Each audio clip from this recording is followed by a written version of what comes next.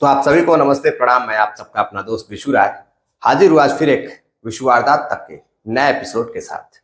आज की सच्ची घटना शुरू करें उससे पहले आप सभी साथियों से निवेदन है कि आप सभी साथी चैनल को सब्सक्राइब करें, वीडियो को लाइक करें, वीडियो अच्छी लगी तो अपने दोस्तों रिश्तेदारों में शेयर भी करें ताकि ज्यादा से ज्यादा लोग जागरूक हो सकें और हमारे विशु वारदात तक के इस छोटे से परिवार से जुड़ सकें। क्योंकि आज यहाँ तक मैं पहुंचा हूँ तो इसमें आप सभी का प्यार, सपोर्ट और आशीर्वाद की बदौलत ही मैं पहुंचा हूँ। आते हैं आज की कहानी पर। आज की जो सच्ची घटना मैं सुनाने जा रहा हूं, यह सच्ची घटना है झारखंड धनबाद की। झारखंड में धनबाद से ही सटा हुआ एक कॉलोनी लगता है, सोमनगर कॉलोनी।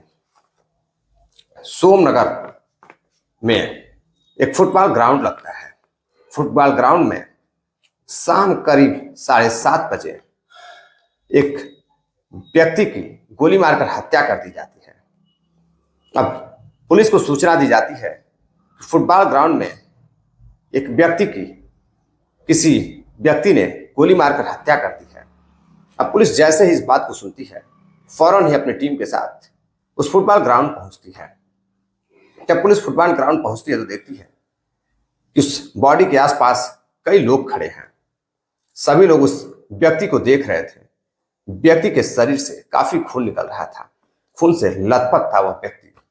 अब पुलिस उसका शिनाख्त करती है तो पता चलता है कि अब व्यक्ति सोमनगर यानी कि पास का ही रहने वाला है और यह पान मसाले का व्यापारी है, बिजनेसमैन है।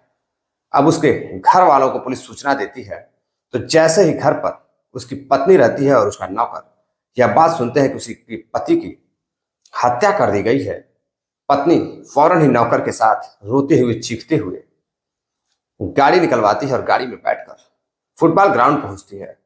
फुटबॉल ग्राउंड पहुंचने के बाद जब वह अपने पति की लाश को देखती है तो वह जोर जोर से रोने लगती है। इस बीच रोते हुए वह उसकी पत्नी मुकेश की कई बार बेहोश हो जा रही थी। अब किसी तरह से उसका नौकर उसे संभालता है। अब उसका नौकर संभालने के बाद पुलिस उससे कुछ स्टेटमेंट लेती है उसकी पत्नी से और सिग्नेचर कराने के बाद बॉडी को पोस्टमार्टम के लिए भेज देती है। अब पोस्टमार्टम रिपोर्ट आती है तो पता चलता है कि गोली मारकर उसकी हत्या की गई है। उसके शरीर में 4 गोलियां लगी थी जिससे उसकी मृत्यु हो गई थी। खून ज्यादा बहने से भी उसकी मृत्यु हो गई थी। अब पुलिस जांच पड़ताल में जुट जाती है। जब पुलिस जांच पड़ताल में जुट जाती है तो कुछ ही दिनों बाद उसकी हकीकत भी सामने आ जाती है और जो हकीकत सामने आती है वह हकीकत वाकई में हैरान कर देने वाली रहती है, सन्न कर देने वाली रहती है। दरअसल जब मुकेश दुकान खोलता है, बिजनेस अपना चलाता है पान मसाले का, तो उसको एक नौकर की जरूरत पड़ती है। अब वह एक नौकर की तलाश में रहता है। वैसे ही एक उसका नौकर रहता है पुनीत। पुनीत उसके दुकान पर जाता है और उससे काम की मांग करता है। अब मुकेश को भी एक अच्छे नौकर की तलाश रहती है जो गाड़ी भी चला सके और दुकान की देख रेख भी कर सके। अब वह सबसे पहले उस अपने नौकर पुनीत से पूछता है कि क्या तुम गाड़ी चला लेते हो? वह कहता है हाँ साहब, मैं गाड़ी चला लेता हूँ। 20 साल का वह नौकर पुनीत गाड़ी चलाने में एक्सपर्ट था, दुकान की देखभाल भी करता था। अब वह अक्सर कर मालिक के साथ अपने मालिक के घर भी जाया करता था। अब कभी किसी काम से उसको बनारस तो कभी किसी काम से गोरखपुर भी आना जाना पड़ता था। वह मालिक के साथ ही आता जाता था। अब कभी कभी जब जरूरत पड़ती थी तो नौकर घर भी जाया करता था। अब इसी तरीके से नौकर एक दिन मालकिन के घर जाता है। घर पर मालकिन अकेले रहती हैं। मालकिन को किसी पार्टी में जाना था। अब मालकिन नौकर से कहती हैं कि मुझे पार्टी में छोड़ दो, उसके बाद तुम दुकान पर चले जाना।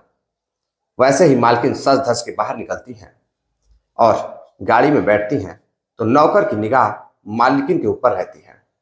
मालकिन देखती है कि नौकर उन्हें घूर कर देख रहा है तो मालकिन मुस्कुराते हुए पूछती है कि क्या देख रहे हो? इससे पहले किसी औरत को नहीं देखा क्या? तो नौकर बोलता है नहीं मैडम, ऐसी कोई बात नहीं है, आप बहुत खूबसूरत लग रही हैं। अब वह मुस्कुराते हुए मालकिन गाड़ी में बैठती है और नौकर ले जाकर उनकी पार्टी वाली जगह पर छोड़ देता है। उसके बाद वहीं वह इंतजार करता है। कुछ देर बाद जब पार्टी खत्म हो जाती है तो मालकिन अपने पार्टी से निकलकर नौकर को फोन करती हैं, तो नौकर गाड़ी लेकर उस जगह पर पहुंच जाता है। दरअसल जो नौकर रहता है वो गाड़ी को पार्किंग में साइड में खड़ा कर वही इंतजार कर रहा था। अब मालकिन को लेकर घर जाता है तो मालकिन नौकर को घर ले जाती है और बैठाकर बातचीत करने लगते हैं। अब इसी तरह कई दिन जो नौकर होता है, जब भी जरूरत पड़ती थी मालकिन नौकर को फोन कर बुलाती थी और दोनों के बीच अब धीरे धीरे दोस्ती हो जाती है। जो मालकिन रहती है वो नौकर को पसंद करने लगती है और नौकर को बेहद ही मानने लगती हैं। अब इस कदर मानने लगती हैं कि जब एक दिन जो बिजनेसमैन मुकेश होता है वो अपने पान मसाला के व्यापार के लिए बाहर जाता है। उस दिन घर पर मालकिन अकेली होती है और मालकिन मुकेश को फोन कर बुलाती है खाने के लिए। अब जब मुकेश खाने पर मालकिन के घर जाता है तो मालकिन खाना निकालती है, दोनों बैठकर खाना खाते हैं, टीवी देखते हैं।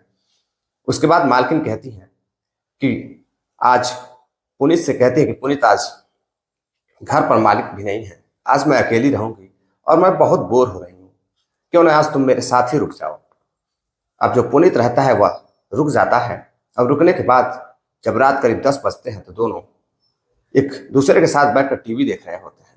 इतने में ही दोनों बातों ही बातों में एक दूसरे में इतना खो जाते हैं कि उनको पता ही नहीं चलता कि वो एक नौकर और मालकिन एक दूसरे के साथ संबंध बनाने लगते हैं, शारीरिक संबंध बनाने लगते हैं। अब जब सुबह होती है तो नौकर को दुकान पे जाना होता है। मालकिन फौरन ही नौकर को दुकान पे जाने के लिए कहती है और जैसे ही नौकर दुकान पर जाता है वैसे ही मालिक भी घर आ जाता है। अब मालिक अपना नहा धो करके फिर दुकान पर जाता है।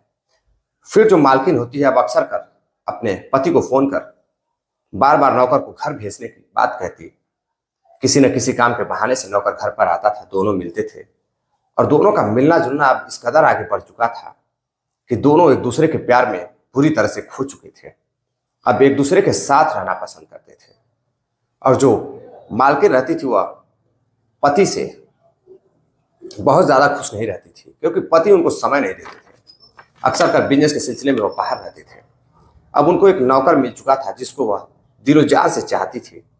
जब भी उनकी इच्छा करती थी अपने नौकर पुनीत को बुलाती थी और उसके साथ संबंध भी बनाती थी और घूमने फिरने के लिए बाहर भी जाया करती थी। अब दोनों इस कदर एक दूसरे को चाहने लगे कि वह शादी भी करना चाहते थे। और जो पति एक दिन मुकेश अपने कमरे में बैठा था, तभी उसके मोबाइल पर उसके फेसबुक आईडी पर एक लड़की का मैसेज आता है हाय करके। और मुकेश भी जब उस लड़की के मैसेज को देखता है तो वह भी हाय करके मैसेज करता है। अब उधर से रिप्लाई आने लगती है लड़की की और जो लड़का मुकेश रहता है यानी कि मालिक, वह भी रिप्लाई करता है। अब दोनों एक दूसरे से चैट करने लगते हैं। अब धीरे धीरे चैट इस कदर आगे बढ़ जाती है कि लड़का मुकेश जब उस खूबसूरत लड़की को मैसेज करता और जब रिप्लाई नहीं आता तो मुकेश काफी परेशान हो जाता। अब उसका काम में मन नहीं लगता। अब वह घर न जाकर आसपास किसी भी पार्क में बैठकर वह चैटिंग करता और जब भी मैसेज का रिप्लाई आता तो वह बेहद ही खुश होता और खुश होकर बहुत सारे चैट करता और उस लड़की का नंबर मांगता, लेकिन लड़की नंबर नहीं देती है। अब जो मुकेश रहता है वह बेहद ही परेशान हो जाता है, क्योंकि मुकेश उस खूबसूरत लड़की से बेहद ही प्यार करने लगा था, उसे बेहद ही चाहने लगा था। इधर नौकर मालकिन को चाहने लगता है, उधर जो मालिक रहता है वह किसी और को चाहने लगता है। अब मालिक की जो चाहत थी वो इस कदर बढ़ चुकी थी कि वह फोन से निकलकर बाहर आना चाहता था, यानी कि बाहर उस लड़की से मिलना चाहता था। और जो लड़की थी मात्र 1-2 मैसेज करके अपने फोन को ऑफ कर देती थी। ऑफ का मतलब कि नेट ऑफ कर देती थी, यानी कि अब वो ऑनलाइन शो नहीं करता था। तो मुकेश काफी परेशान हो जाता था। अब मुकेश इस कदर परेशान हो जाता था कि वह अब उसकी चाहत को बर्दाश्त नहीं कर पाता था, मिलना चाहता था। वह जाकर दारू भी पीने लगता था, कभी सिगरेट पीता तो कभी दारू पीता। अब वह प्रेशर में रहने लगता है। अब वह सोचता था कि जल्द से जल्द वह लड़की मुझे मिल जाए जो जिससे वह बात करता था। अब दोनों लड़की और जो मुकेश है एक दूसरे को बेहद चाहने लगते हैं। इसी बीच एक दिन लड़की का मैसेज आता है कि मैं तुमसे मिलना चाहती हूँ, मैं बहुत ही बेकरार हूँ, मैं तुमसे बहुत ही जल्द मिलना चाहती हूँ। वैसे ही जो मुकेश होता है वह भी रिप्लाई करता है कि मैं भी तुमसे मिलना चाहता हूँ और जल्द मिलना चाहता हूँ। अब लड़की एक वहीं धनबाद के एक शॉपिंग मॉल में उस लड़के को बुलाती है, मुकेश को। जैसे ही मुकेश उस शॉपिंग मॉल में पहुंचता है, लड़की मुकेश को मैसेज करती है कि तुम कहाँ हो। लड़का बताता है कि मैं शॉपिंग मॉल में हूँ। लड़की कहती है मैं भी शॉपिंग मॉल में हूँ और मैं तुम्हें देख रही हूँ। अब लड़का आसपास निगाह दौड़ाता है, लेकिन वो लड़की कहीं दिखाई नहीं देती है। अब उसकी लड़के की बेकरारी मुकेश की बढ़ती जाती है। फिर मैसेज करता है कि तुम कहीं दिखाई नहीं दे रही हो, मैं बहुत परेशान हो रहा हूँ। अब उसकी परेशानी इस कदर बढ़ती जाती है कि वह लड़की को आसपास ढूंढने लगता है। कई घंटे ढूंढता है, लेकिन लड़की का कुछ अता पता नहीं चलता है। फिर वह जब लड़की को रिप्लाई करता है तो लड़की का फोन बंद था, यानी कि उसका सिग्नल जो था ऑनलाइन का, फेसबुक का, वह चालू नहीं था। अब वह फेसबुक पे ऑनलाइन नहीं थी। अब वह फिर अब घर जाता है। घर जाने के बाद परेशान रहता है। अब फिर कई दिनों तक वह लड़की को मैसेज करता है, लेकिन कोई रिप्लाई नहीं आता है। इसी बीच वह काम के सिलसिले में बनारस जाता है। बनारस से अपने पान मसाला का व्यापार करता था। व्यापार करने के बाद वह सब फिर घर आता है तो फिर लड़की का मैसेज आता है। अब लड़की मिलना चाहती थी। लड़की मैसेज करती है कि मैं आज शाम फुटबॉल ग्राउंड में आऊंगी और वहीं हमारी मुलाकात होगी। अब लड़का इतना बेकरार रहता है मुकेश उस लड़की की चाहत में कि वह उससे मिलना चाहता था। जैसे ही लड़का फुटबॉल ग्राउंड जाता है, लड़का उस लड़की को तलाश कर रहा होता है। आसपास सन्नाटा रहता है। तभी जो मालिक होता है यानी कि मुकेश, उसकी नजर सामने जो लड़की मैसेज करती है वह एक उसी ग्राउंड में कोने में एक सुनसान जगह रहती है जहां पर किसी की नजर नहीं जा रही थी। वहां पर मिलने के लिए वह बुलाती है। जब वह वहां पर मिलने के लिए जाता है तो सामने देखता है कि उसका नौकर खड़ा है। जैसे ही वह नौकर को देखता है हैरान रह जाता है। वह पूछता है कि तुम यहाँ क्या कर रहे हो। वैसे ही लड़का जो रहता है नौकर अपनी बंदूक निकालता है और मालिक को एक के बाद एक कई गोलियां मारता है, जिससे उसकी मृत्यु हो जाती है और वहां से वह भाग जाता है। अब जब पुलिस इस केस की, इस अपराधी की तलाश करती है, केस में जुड़ती है और अपराधी की तलाश करती है, तो पुलिस को कई दिनों तक कुछ भी पता नहीं चलता। इधर उधर पुलिस तलाश करती, सीसीटीवी फुटेज में भी कुछ दिखाई नहीं दे रहा था। अब पुलिस उस व्यक्ति यानी कि मुकेश का फोन चेक करती है तो उस पर कई फेसबुक पे मैसेज पड़े हुए थे। आज जब पुलिस उस जो लड़की की आईडी थी उसको चेक करती है तो पता चलता है कि वह लड़की की आईडी फर्जी है, वह फेक आईडी है।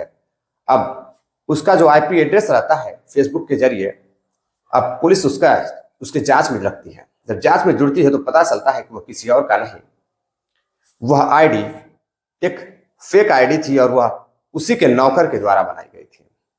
दरअसल जब पुलिस नौकर को गिरफ्तार करती है तो नौकर के साथ साथ उसकी पत्नी को भी गिरफ्तार किया जाता है।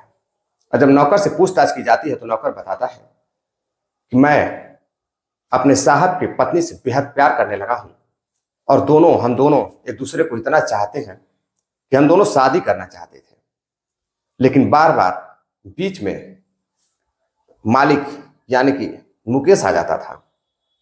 इसी वजह से पत्नी और नौकर ने दोनों ने मिलकर एक ऐसी साजिश रची जिसमें पुलिस को शक भी ना हो और दोनों बच जाएं, और जो कातिल हो वह उसकी प्रेमिका को पुलिस समझे।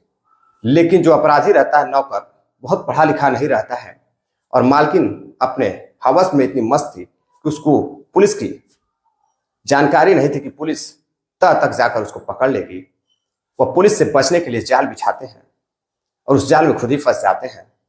और जो पत्नी रहती है, ना ही उसे पति मिलता है ना ही प्रेम मिलता है, यानी कि उसका जो प्रेमी रहता है नौकर, वह भी नहीं मिलता है और दोनों जेल चले जाते हैं। अब पुलिस दोनों को गिरफ्तार करती है, नौकर और उसकी पत्नी को यानी कि उसकी प्रेमी को, और दोनों मालकिन और नौकर को पुलिस धारा 302 और भी धाराएं लगाकर गंभीर धाराओं के साथ जेल भेज दिया जाता है। दरअसल इस कहानी को सुनाने का उद्देश्य आपको जागरूक करना है, सावधान करना है, किसी को हैरान करना या परेशान करना नहीं है। चलते चलते कुछ साथियों ने कमेंट किया है, जिसमें सोहनलाल सेठिया जी राजस्थान से हैं, ब्यूवर से रहने वाले हैं। नासिर पठान है, महाराष्ट्र के ही रहने वाले हैं, सोलापुर के रहने वाले हैं। अमिताभ ठाकुर हैं, या लखनऊ उत्तर प्रदेश से रहने वाले हैं। डॉक्टर ए के अग्निहोत्री जी हैं, या प्रयागराज से रहने वाले हैं। आप सभी का बहुत बहुत धन्यवाद, आप जो इतना प्यार सपोर्ट हमें करते हैं। उम्मीद है आगे भी आप करते रहेंगे, और आप सभी का एक बार तहे दिल से शुक्रिया। नमस्ते, प्रणाम। मिलते हैं एक और नई कहानी के साथ। जय हिंद।